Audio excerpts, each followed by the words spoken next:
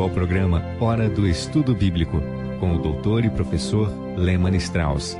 Este estudo é o resultado do tempo pessoal com o Senhor, da experiência de ministério pastoral e das conferências bíblicas do Dr. Lehmann Strauss, que nos instrui e encoraja com o ensino da Palavra de Deus. Agora com você, Hora do Estudo Bíblico, na apresentação de Aurélio Campos. Muito obrigado por ouvir o nosso programa Hora de Estudo Bíblico. Obrigado por suas orações, pelas correspondências e, acima de tudo, obrigado por orarem por este ministério. Cremos que muito pode a oração do justo. Nós cremos nisso.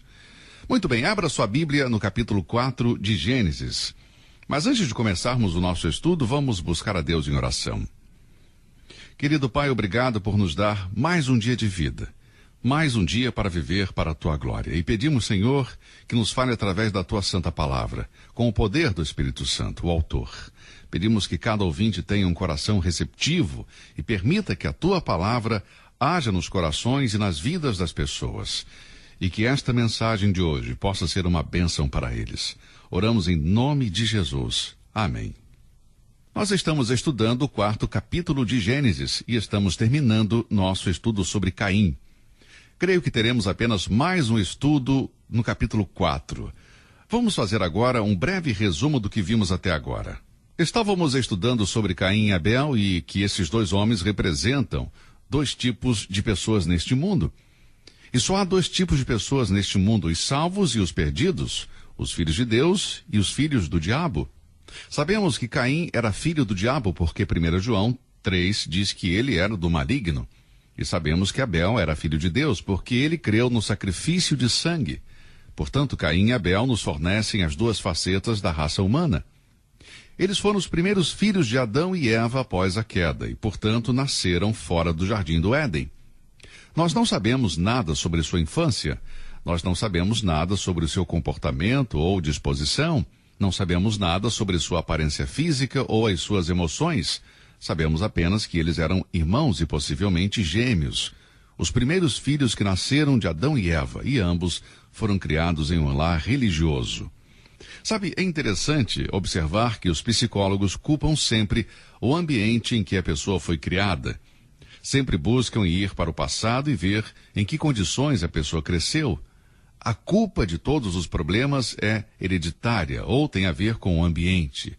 Mas o que muitos psicólogos não sabem é que o problema é basicamente um problema só, o problema do pecado. Agora, eu não estou falando de uma doença mental, algumas pessoas têm problemas mentais e precisam de ajuda de um psiquiatra, mas na maioria das vezes o problema é o pecado e não o ambiente, o meio em que vivem. Caim e Abel compartilharam do mesmo ambiente, tiveram os mesmos pais e foram tratados da mesma maneira, cresceram da mesma forma. Mas foram completamente diferentes. Ambos aprenderam a adorar a Deus. Um aceitou a palavra de Deus e trouxe um sacrifício de sangue, e o outro se recusou a aceitar a palavra de Deus e trouxe suas próprias obras. O comportamento desses dois homens pode ser refletido em todo o mundo. Em Gênesis 3,15 há uma profecia, a profecia da inimizade entre as duas sementes. Eu quero mais uma vez que você veja este versículo em Gênesis capítulo 3. Deus disse: porei inimizade entre ti e a mulher, e entre a tua descendência e a sua descendência. Esta é uma profecia de que haveria inimizade entre as duas sementes, e em Caim e Abel nós temos o início do cumprimento dessa profecia. Esses dois homens representam as duas sementes. Abel, a semente boa, a linhagem piedosa, e Caim, a semente do ímpio. Os dois princípios aqui envolvidos são representativos, uma representação dos homens neste mundo. A natureza e o ambiente em que estes homens viveram era o mesmo, mas eles tomaram caminhos diferentes. Ambos eram religiosos. Não se esqueça disso. Caim não foi rejeitado por não ser religioso. Você percebe que se o simples fato de ser religioso satisfizesse a Deus, você seria salvo sendo muçulmano, ou judeu, ou batista, ou católico, ou presbiteriano, ou seja lá o que for. Deus não está interessado em religião. E não era uma questão de sinceridade. Há pessoas hoje que dizem que não importa qual é a religião, só importa que você seja sincero. Bem, eu gostaria de dar um aviso para os que dizem que não importa no que você acredita, Mas o importante é a sinceridade. Sinceridade, amigo, não é a base sobre a qual Deus abençoa uma pessoa. Sinceridade não é a base sobre a qual Deus salva o pecador. Quando Caim e Abel adoraram a Deus, eles não fizeram da mesma maneira. Abel adorou a Deus da maneira de Deus, de acordo com a vontade de Deus e segundo a palavra de Deus. Caim adorou a Deus, mas ele fez da sua maneira, ignorando completamente ou rejeitando a vontade de Deus e a palavra de Deus. O ponto é que os seus sacrifícios foram diferentes. Observe, não é a pessoa que faz a oferta, mas o que é oferecido. Isso é o que importa a Deus. E quando nos aproximamos de Deus através da fé em Jesus Cristo, estamos fazendo com base no sangue de Jesus. E não é o que oferece a oferta que é aceitável a Deus, mas a oferta em si. E a nossa oferta a Deus é a morte sacrificial e substitutiva de Jesus Cristo. Abel reconheceu seu pecado e ofereceu uma vida no lugar da sua vida. Uma vítima inocente foi sacrificada pelo culpado. Bem, como ele fez isso, em Hebreus 11:4 diz: pela fé, Abel ofereceu a Deus um sacrifício melhor. Agora Caim ficou irado. Mas Caim não ficou irado com seu irmão Abel, ele estava irado com Deus. Ele estava zangado com Deus e Deus deu-lhe uma outra chance, no versículo 7, onde ele diz: vou dar-lhe outra chance.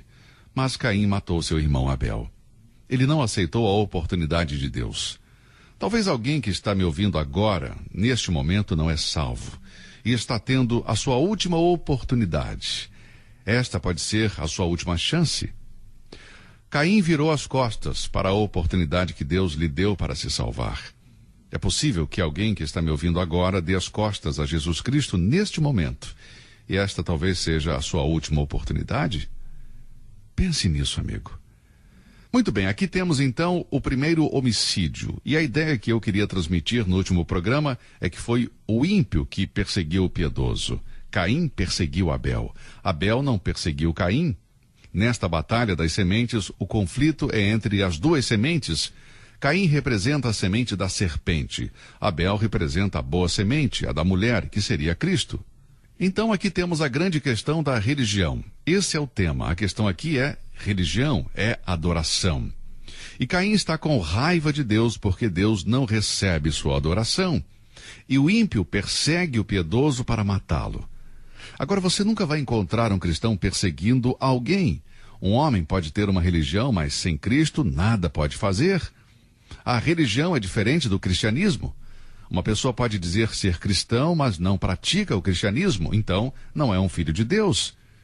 Abel era um cristão praticante. Ele não perseguiu Caim.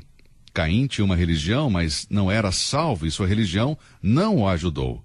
Ele perseguiu a seu irmão e vimos a primeira maldição sobre um homem. Isto nos traz para o capítulo 4, versículo 16, onde concluímos nosso último estudo.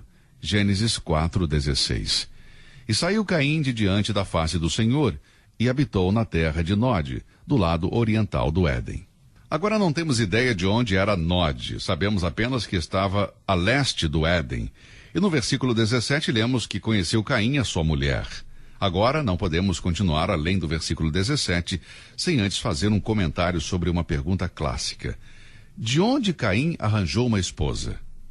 Tudo o que o capítulo 4, versículo 1 diz é que Adão conheceu sua esposa Eva e ela concebeu e deu à luz a Caim. E no versículo 2 diz, e deu à luz mais a seu irmão Abel. Portanto, temos dois irmãos. Então, onde Caim arranjou uma mulher? Agora, se você me perguntar isso de uma forma sincera, eu tenho uma resposta sincera. Mas se você é um crítico da Bíblia e não um crente, mesmo dizendo isso, você não ficará satisfeito. Mas eu vou dizer de onde ele conseguiu uma esposa. No capítulo 5 de Gênesis, se você virar a sua página, lemos no versículo 4. E foram os dias de Adão, depois que gerou a Sete, 800 anos, e gerou filhos e filhas. Veja, Adão e Eva não tiveram apenas 2 filhos, Caim e Abel. A Bíblia diz que geraram filhos e filhas. Agora, de onde Caim arranjou uma mulher? Bem, ele se casou com uma de suas irmãs.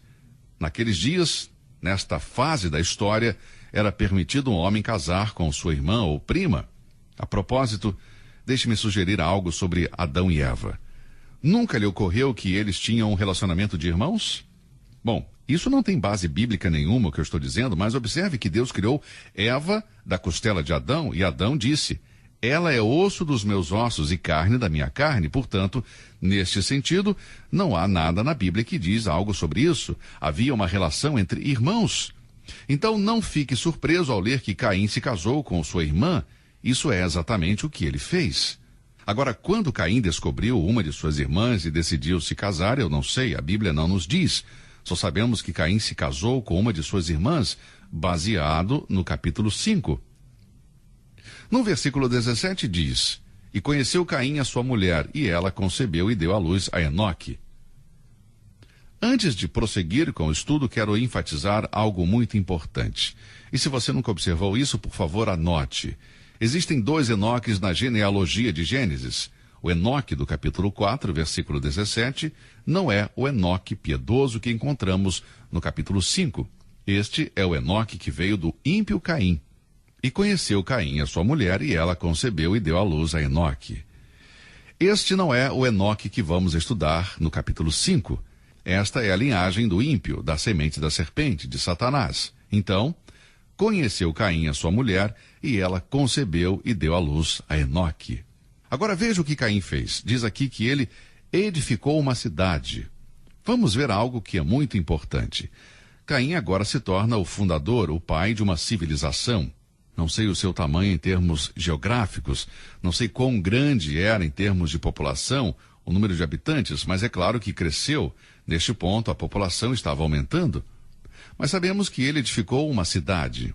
Aqui temos uma cidade, uma civilização, e esta cidade foi chamada Enoque, como seu filho. Assim, a primeira cidade, a primeira civilização que conhecemos é a cidade de Enoque. Isso é fora do Jardim do Éden, é claro. Esta é uma civilização que o homem está construindo, e o homem que está construindo não é um homem piedoso, é a semente da serpente. Depois lemos: e a Enoque nasceu Irade, e Irade gerou a Meujael, e Meujael gerou Metusalém, e Metusalém gerou a Lameque. Lameque é o bisneto do neto de Caim, portanto temos Lameque. E o que Lameque fez? Versículo 19 diz: e tomou Lameque para si 2 esposas. Este é o primeiro polígamo registrado na Bíblia. Esta é a primeira vez que encontramos a poligamia. Onde começa? Não começa com a linhagem piedosa de Abel, começa com a linhagem ímpia de Caim. Não há descendentes de Abel, porque, é claro, ele morreu e não teve filhos. Existe apenas uma linhagem, a de Caim, a semente da serpente. E, aparentemente, parece que Deus foi derrotado. Abel está morto, e parece que Caim tinha a situação sob controle. Parece que o diabo está no comando da situação, e as coisas começaram mal. Então aqui está o primeiro polígamo, Lameque, o bisneto do neto de Caim, que tem 2 esposas. Isto sempre foi um problema, e torna-se um problema maior na civilização atual. Esta é uma dor de cabeça para vários pastores, a pluralidade de esposas ou maridos. Deixe-me lembrá-lo como começou tudo isso. Tudo começou com a mentira da serpente. Ali é onde tudo começou. Vamos por um momento para o capítulo 19 do Evangelho de Mateus. Deixe-me ler alguns versículos com você. Mateus 19. E aconteceu que, concluindo Jesus estes discursos, saiu da Galiléia e dirigiu-se aos confins da Judéia, além do Jordão. E seguiram-no grandes multidões e curou-as ali. Então chegaram ao pé dele os fariseus, tentando-o e dizendo-lhe: é lícito ao homem repudiar sua mulher por qualquer motivo? Ele, porém, respondendo, disse-lhes: não tendes lido que aquele que os fez no princípio macho e fêmea os fez? E disse: portanto, deixará o homem pai e mãe e se unirá à sua mulher, e serão 2 numa só carne. Assim não são mais 2, mas uma só carne. Portanto, o que Deus ajuntou, não o separe o homem. Jesus disse: o que Deus juntou, ele está simplesmente dizendo que o casamento começou com Deus. Deus o instituiu. Deus planejou o casamento. Deus juntou o primeiro homem e a primeira mulher. E eles disseram, versículo 7. Disseram-lhe eles: então, por que mandou Moisés dar-lhe carta de divórcio e repudiá-la? Disse-lhes ele: Moisés, por causa da dureza dos vossos corações, vos permitiu repudiar vossas mulheres, mas no princípio não foi assim. Eu vos digo, porém, que qualquer que repudiar sua mulher, não sendo por causa de fornicação, e casar com outra, comete adultério. E o que casar com a repudiada também comete adultério. Vamos agora para o capítulo 10 do Evangelho de Marcos. Eu quero tratar isso e ser bem franco com você. E quero tratar em profundidade porque é algo que me preocupa muito. Eu vou dizer por quê. Ao viajar pelo país, encontro mais e mais igrejas onde pastores organizam classes para solteiros. Mas esse não é o problema. Mas percebi que na maioria dos casos não são solteiros. São pessoas que foram casadas e se divorciaram. Alguns têm 2 ou 3 cônjuges. Agora, uma pessoa divorciada não é solteira. Um solteiro é alguém que não se casou. E se eu estou falando com alguém que se divorciou, deixe-me dizer, se você é uma mulher ou homem, você pode ser divorciada, mas você não é mais solteira. No entanto, eu vejo que em muitos lugares fazem encontros e reuniões e chamam todas essas pessoas divorciadas de solteiros. Muitos deles começam a namorar e alguns pastores me disseram que tiveram problemas porque alguns começam a se envolver sexualmente. Eles eram casados, eles conhecem o privilégio e a alegria da relação sexual e se envolvem em pecado. Essas reuniões, essas classes para solteiros, não são reuniões de solteiros, a menos que os membros sejam realmente solteiros, que nunca se casaram. Então, se você se casou e se divorciou, meu amigo, você não é mais solteiro. No capítulo 10 de Marcos, versículos de 2 a 12, lemos: E aproximou-se dele os fariseus, perguntaram-lhe, tentando-o: É lícito ao homem repudiar sua mulher? Mas ele, respondendo, disse-lhes: Que vos mandou Moisés? E eles disseram: Moisés permitiu escrever carta de divórcio e repudiar. E Jesus, respondendo, disse-lhes: Pela dureza dos vossos corações vos deixou ele escrito esse mandamento. Porém, desde o princípio da criação, Deus os fez macho e fêmea. Por isso, deixará o homem a seu pai e a sua mãe, e unir-se-á à sua mulher, e serão os 2 uma só carne. E assim já não serão 2, mas uma só carne. Portanto, o que Deus ajuntou, não o separe o homem. E em casa tornaram os discípulos a interrogá-lo acerca disso mesmo. E ele lhes disse: Qualquer que deixar a sua mulher e casar com outra, adultera contra ela. E se a mulher deixar a seu marido e casar com outro, adultera. Está claro. Você não precisa ter muito estudo para entender isso, amigo. Agora voltamos em Gênesis, capítulo 4. E tomou Lameque para si 2 esposas. Está registrada na Bíblia, mas em nenhum lugar Deus aprova isso.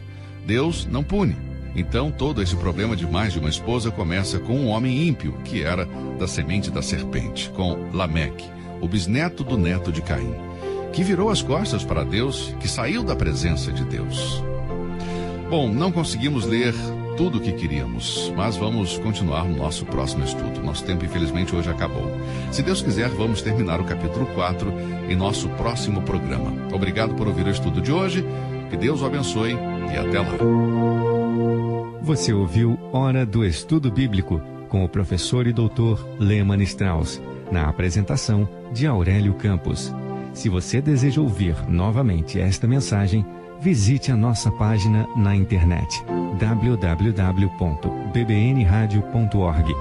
Fica o convite para você nos acompanhar amanhã, neste mesmo horário, aqui na BBN.